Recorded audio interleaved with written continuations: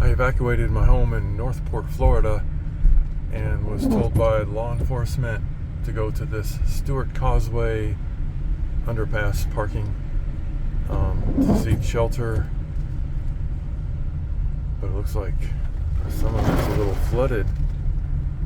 Let's see what it looks like down here. I was warned that this is a hangout for the homeless.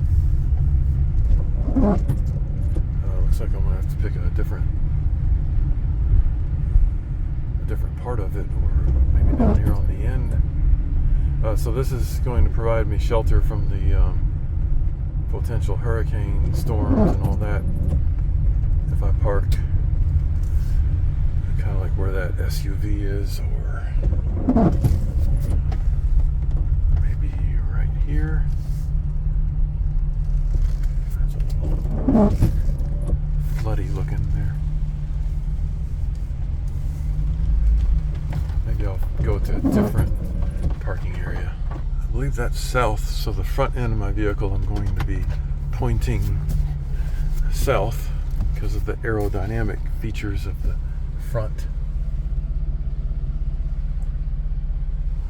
It may flood here, I don't know.